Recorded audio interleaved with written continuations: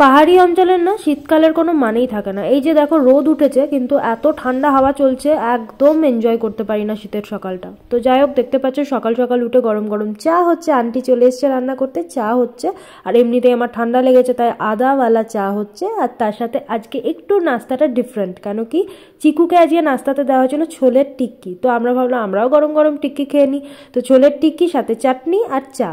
Welcome back to my channel. আশা করি তোমরা সবাই খুব ভালো আছো, আমিও খুব ভালো আছি। তো অনেকদিন পর আবার ব্লগ করছি। গলা শুনে বুঝতে পেরে গেছো শরীর প্রচন্ড খারাপ ছিল।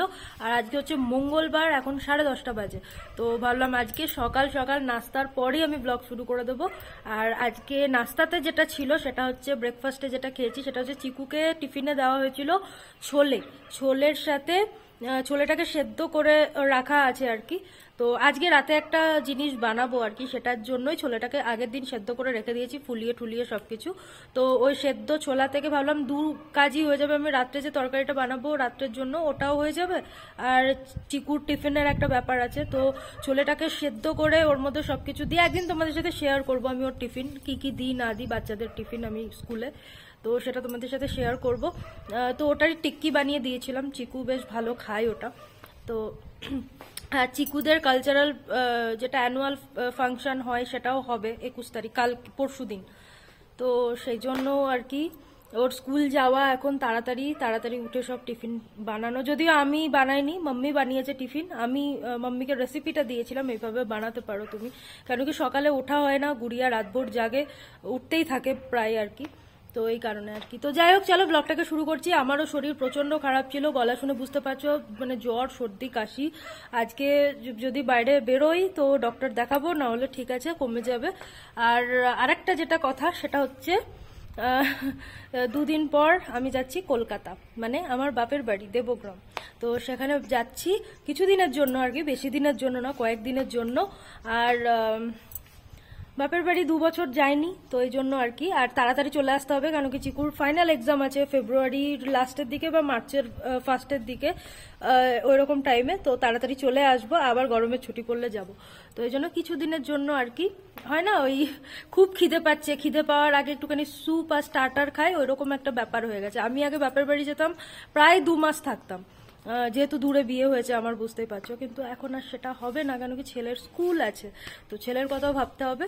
তো এই জন্য তো চলো যাই হোক, বক বক ছেড়ে এখন ব্লগটাকে শুরু করে দিচ্ছি। তো ব্লগটা দেখতে থাকো। হ্যাঁ, শুধু রোদে ঘোরা, সেরেল্যাক লেগে আছে মুখে।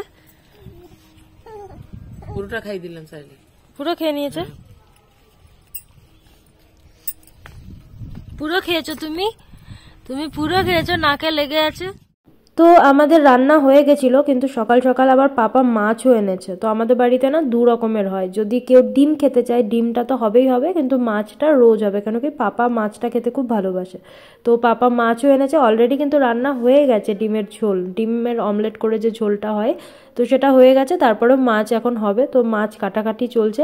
আর এই সাইজের মাছগুলো না বেশ ভালো লাগে বলো, এখন শীতকালে সব রকমের সবজি দিয়ে এই মাছের, মানে জ্যান্ত মাছের একদম টাটকা ঝোল খেতে মানে দারুণ লাগে। তো যাই হোক, দেখতে পাচ্ছ এখানে মাছ কাটাকাটি হচ্ছে। এটা 1.5 কেজি সাইজের মাছ ছিল। তো সব সবজি দিয়ে করা হবে। আর আমাদের এখানে জানো তো পেঁয়াজ কলি পাওয়া যায় না, পেঁয়াজ কলি দিয়ে বানালে আরো ভালো হতো, কিন্তু পেঁয়াজ কলি এখানে অতটা পাওয়া যায় না, পেঁয়াজ শাক পাওয়া যায়। তো গাইজ, আমি চান করে এলাম। চান মানে মাথায় জল দিইনি, মাথাতে 2 দিন ধরে জল দিচ্ছি না, কেন কি বড় চুল তো শুকাতে খুব টাইম লাগছে, একে ঠান্ডা লেগে আছে আমার। এই মাথা ধুয়ে ধুয়েই আমার না প্রত্যেক দিন ওয়াশ করি আমি শ্যাম্পু দিয়ে। শ্যাম্পু না লাগালে না আমার একদম ঠিকঠাক লাগে না। যারা ভাবো যে রোজ রোজ শ্যাম্পু করলে চুল উঠে যাওয়ার প্রবলেম হয়, এটা একদম মিথ হচ্ছে, গলত হচ্ছে, এরকম কিছু না।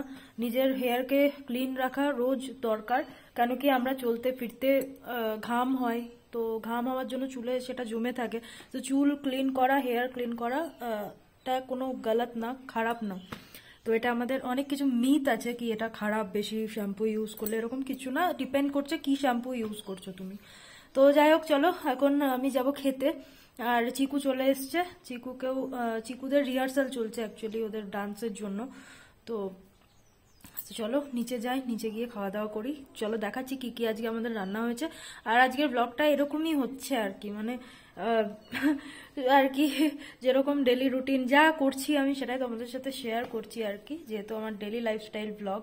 যদিও ডেলি ডেলি দিতে তো পারছি না, কিন্তু যাই হোক চলো এবার দেখছি কি রান্না হয়েছে, খেয়ে নেব। আর কথা বলতেও না কষ্ট হচ্ছে গলায়, নাক তো বন্ধ, বুঝতেই পারছো তোমরা। তো চলো।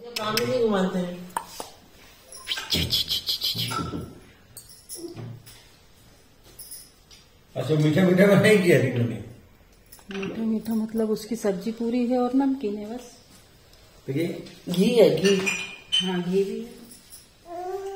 बाबा नहीं दे रही तो डांट रही ना को। তো এখানে আমি বাচ্চাদেরকে খাইয়ে যেটা আমি নিয়েছি ভাত, ঘি, ডিমের অমলেটের ঝোল আর একটু চাটনি নিয়েছি, ধনেপাতার বাটা যেটাকে বলে। আর দেখো মাছ টাছ তরকারি সবই আছে, আমার ইচ্ছে করছিল না খেতে।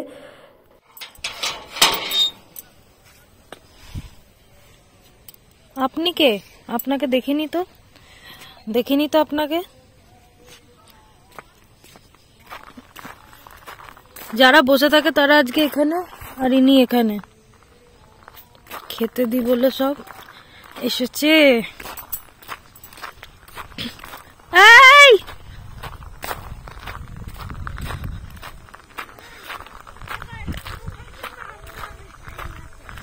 কি ঠান্ডা লাগছে, পা ফাঁকা আছে আমার। কি তোমার আছে তাই এই রোদে ঘুরিও না চাচি। চিকু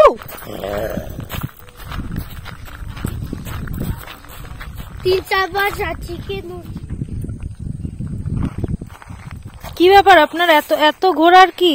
চাচি হ্যাঁ এত এত ঘোরা কিসের?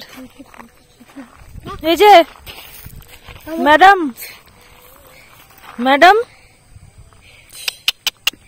গুই এ গুই এ গুই এ গুই গুই চলো চলো, খুব রোদ খুব রোদ খুব রোদ। হ্যাঁ বাড়িতে একদম মন টেকে না, একদম মন টেকে না বাড়িতে। গুই ও গুই ও গুই শুধু ঘুরে ঘুরে বেড়াবে, শুধু বাইরে বাইরে ঘুরবে। তো এখানে দেওয়া হচ্ছে জল, গাছে সব জল দেওয়া হচ্ছে। আর আমি গুড়িয়াকে নিয়ে এলাম, কেন কি গুড়িয়ার না বাড়িতে একদম মন টিকছে না আজকাল, ও শুধু বলছে বাইরে ঘুরতে যাব। আর দেখো দাদার স্কুটারটা নিয়ে কি করছে, চালানোর চেষ্টা করছে। গুড ইভিনিং গাইজ, এখন বানানো হচ্ছে চা। এখন বাজে 6টা কি 6:30 বাজে। চা বানানো হচ্ছে, রুটি হচ্ছে রাতের। আর আমি আজকে একটা অন্যরকম জিনিস বানাবো। তো দেখতে পাচ্ছ আলু সেদ্ধ করে টুকরো টুকরো করা আছে, এখানে পেঁয়াজ কুচি আছে, এখানে এটা কি বলে জানো, তেজপাতা আছে। এটা আমাদের গাছের তেজপাতা জানো তো, খুব সুন্দর গন্ধ। আর এখানে আছে আদা জিরে রসুন বাটা, আদা জিরে রসুন বাটা একসাথে। আর এই যে ছোলে সেদ্ধ করে রাখা আছে, টমেটো কাটা আছে। আর ছোলেটাকে আগের দিনই সেদ্ধ, ওই যে বললাম ছোলা সেদ্ধ করে রাখা ছিল বলে চিকুকে টিফিন দিতে পেরেছি, নাস্তাতেও খেতে পেরেছি। আর এটা হচ্ছে আসল চর্বি, মাটনের চর্বি। তো একটুখানি মাটন আনা ছিল, তো চর্বি রাখা হয়েছিল আর কি। আর এখানে হচ্ছে চা, সন্ধ্যেবেলাকার চা। চাটাকে খুব ফোটানো হচ্ছে যাতে চায়ের একটা স্মেল আসে। তো যাই হোক, এখানে কড়াইয়ে গোটা গরম মশলা তেজপাতা দিয়ে পেঁয়াজগুলো ভাজতে দিয়ে দিয়েছি। তোমাদেরকে বলে দিচ্ছি, তোমরা এতেই বুঝতে পারবে, আমি ডিটেলস আর স্টেপ বাই স্টেপ দেখালাম না। তারপরে আদা রসুনের পেস্ট দিয়ে দিলাম, টমেটো দিয়ে দিলাম, রুটিন মশলা যেটা জিরে গুঁড়ো, ধনে গুঁড়ো, লঙ্কার কাশ্মীরি লঙ্কার গুঁড়ো, কাঁচা লঙ্কা সব দিয়ে কষালাম মশলাটাকে। তারপরে কষিয়ে চর্বিগুলো দিয়ে দিলাম। চর্বিগুলো দেওয়ার পরও খুব ভালো করে কষাতে হবে যতক্ষণ না তেল বেরিয়ে আসবে। যত ভালো করে মশলা কষাবে তত কাঁচা গন্ধটা থাকবে না। আর আমি এখানে কোনো বাটা মশলা দেখতেই পেয়েছো ইউজ করিনি। আমি এই মশলাটাকে এত পরিমাণে কষাই না, তো ওই যে যেরকম পেঁয়াজগুলো দেখতে পাওয়া যায় মনে হয় তাকিয়ে আছে মশলাগুলো, ওরকম থাকে না, মানে এত কষানো আমি কষাই। তো এখানে কষাচ্ছি, তেল বেরোনো অবধি ওয়েট করছি। আর এখানে চিকু খাচ্ছে ওরিও বিস্কিট, তার সাথে দুধের সাথে বর্নভিটা। ও খালি দুধ খেতে পারে না, বর্নভিটা মিশিয়েই খাবে। তো যাই হোক, ও এখানে খাচ্ছে। আর আমি বললাম এত ভালো কিছু রান্না করছি তো একটু বাসন্তী পোলাও বানিয়ে নিই তার সাথে। তো এখানে বাসমতি রাইস আমি ভেজাতে দিয়েছি আর আদা বাটাটা রেডি করেছি। তো দেখো তেল বেরিয়ে এসছে, তার উপর ধনেপাতা দিয়ে দিয়েছি, ছোলে মশলা দিয়ে দিয়েছি, প্লাস গরম মশলা দিয়ে ছোলেগুলোকে ঢেলে দিয়েছি, আলুগুলো আর ছোলেগুলো। এবার এটাকে ফুটতে দেবো, ফোটানোর পর নামিয়ে দিলেই রেডি।